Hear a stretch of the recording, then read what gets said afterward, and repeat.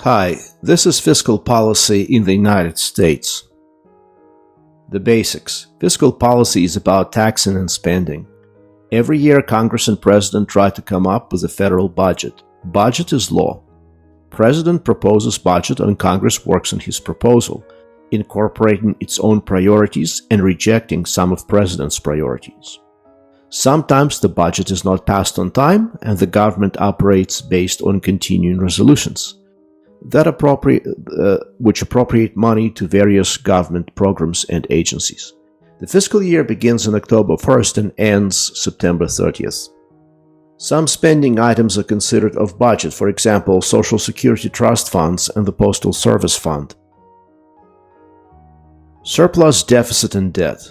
The federal government gets most of its revenues from taxes, including income taxes, payroll taxes, and tariffs, which is taxes on goods imported into the United States.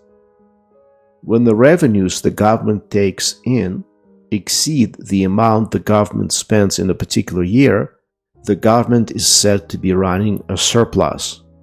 We haven't had a surplus in the United States since the late 1990s. When the government spends more than it takes in revenue in a particular year, the government is said to be running a deficit.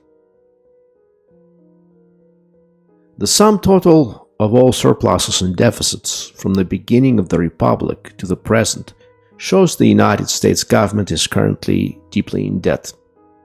Note that debt is the summative concept, while surplus and deficit are annual concepts.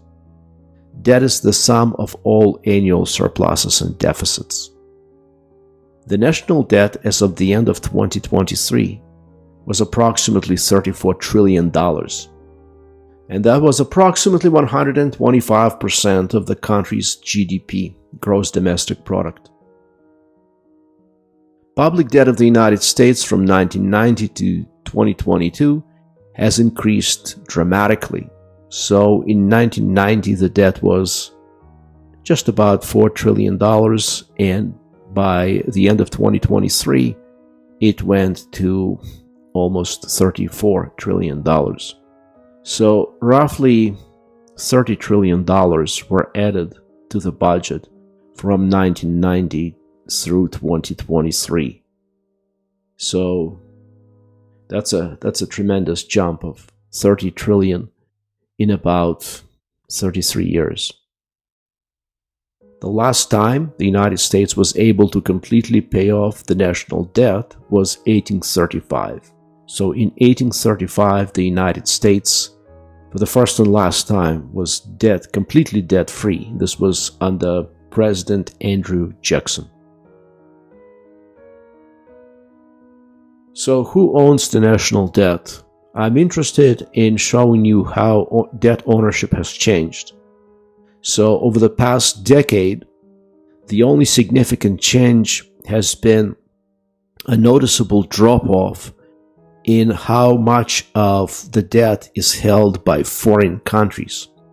So in 2013, China held 8% of US national debt, Japan 7%, other foreign nations 19%, right? So if you add Japan, China, and all other countries, you get 34%. So 34% was owned by foreign countries.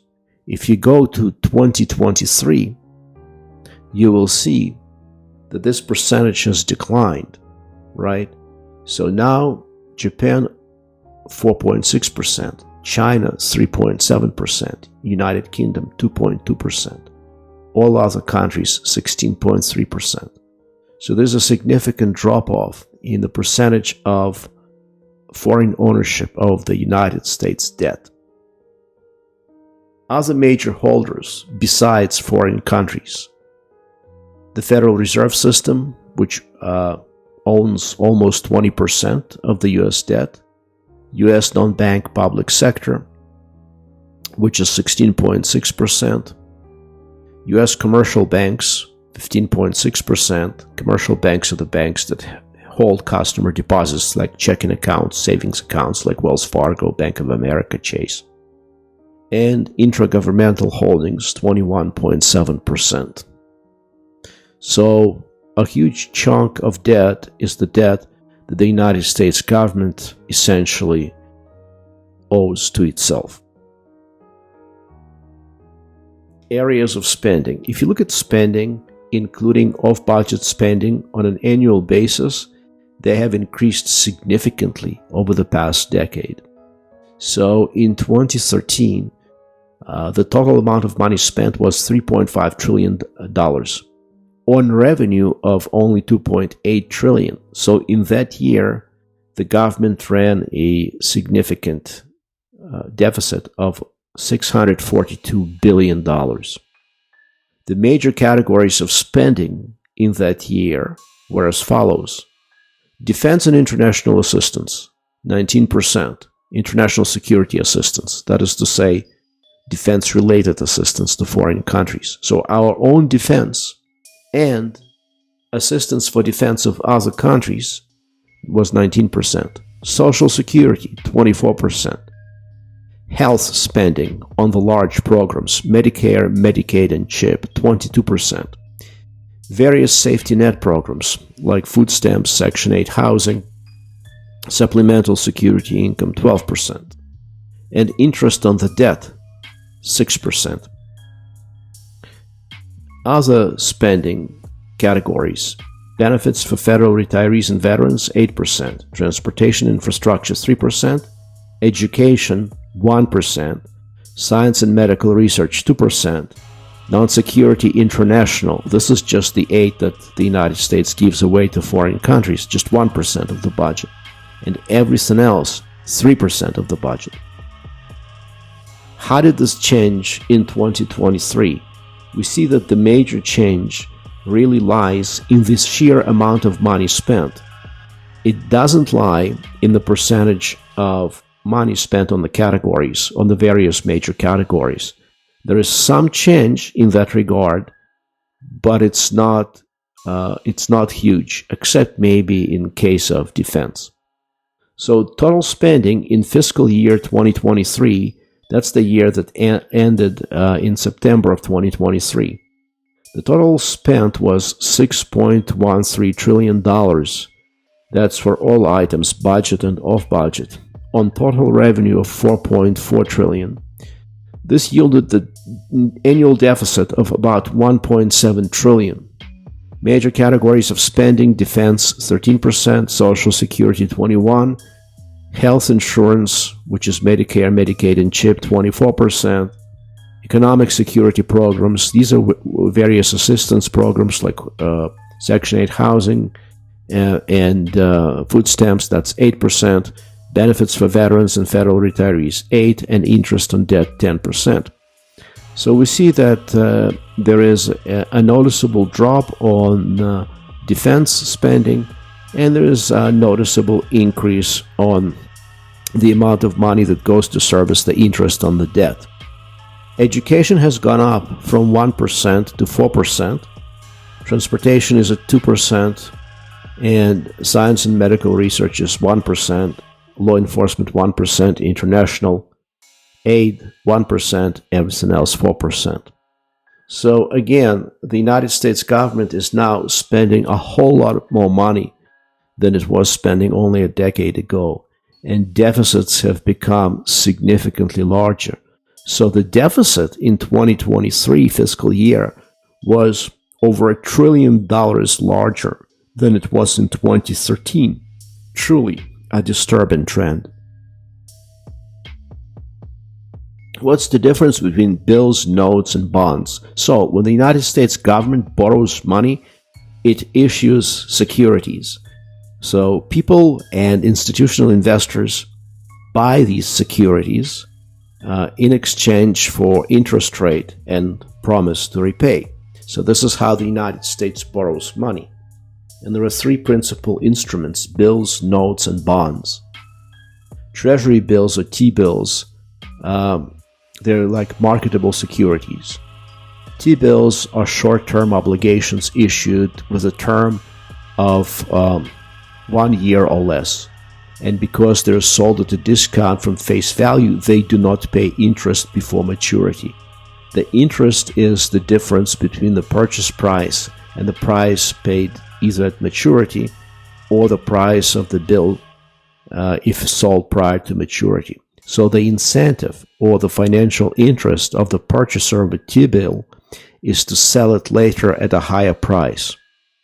But there's no interest rate that such an investor gets paid, again, because this is a very short-term security. Then we've got Treasury notes and Treasury bonds.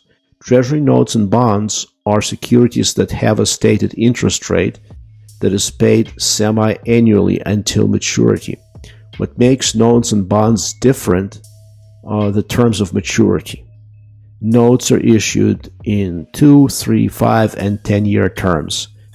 Bonds, on the other hand, are very long-term investments with terms of more than 10 years. So 20 years and 30 years would be called a bond rather than a note.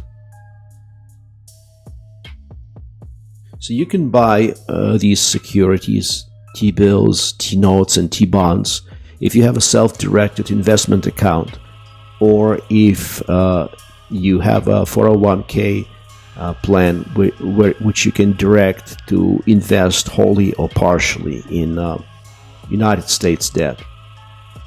So when the debt instrument has matured, the Treasury can either pay cash owed, including interest, or issue new securities. Debt instruments issued by the US government are considered to be the safest investment in the world, or at least they used to be until recently. In fact, the money the Treasury uses to pay the interest is automatically made available by law.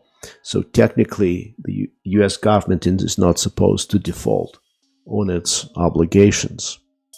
So this is why people continue to invest in US debt, because they believe the system, the political system, is stable, and this stability will guarantee that the United States government will not default on its obligations. So even though the interest rate or yield is low, what you have for your investment is a place to park your money until such time where you can take it out, where you can sell the bonds and invest them in perhaps more risky but more lucrative prospects. How have the yields or interest rates paid on notes and bonds have changed? Well, in recent years they have obviously increased because the US government is spending a lot more money. There are inflationary pressures, and these significant inflationary pressures force the US government to increase interest rates, basically the bonds, which are traded, as I said, on the marketplace, naturally are forced into higher interest rates. So if you take, as an example, in 2016, on a random date, January 14th, 5-year note was 1.5%, 10-year note 2.1%, 30-year note 2.85%. And these are, of course, traded in real time. So you can actually go to many websites that show real-time bond yields and look what those bond yields are. Now, of course, on a daily basis, you're not likely to see much variation, right? Unless there is some really, really serious economic news. But you won't see too much of a variation, and significant variation can only be seen over a long period of time when it comes to US bonds, because the economy and the political system are so stable. Bond yields are going to be relatively stable. But if you go to the end of 2023, you will see that the bond yields are much higher. 5-year note is now 4.5%, 10-year 4.5%, 30-year 4.66%. So clearly, the difference between 2016 and 2023 is high inflationary pressures have pushed the bond yields higher. It's more expensive to borrow. And if it's more expensive to borrow, more money goes to pay for interest. And if more money goes to pay for interest on the debt, that money doesn't go somewhere else. And if it doesn't go somewhere else, we miss out. We miss out on research, on education, and on other things that we could have had, but we don't have, because the government instead has to pay more money in interest.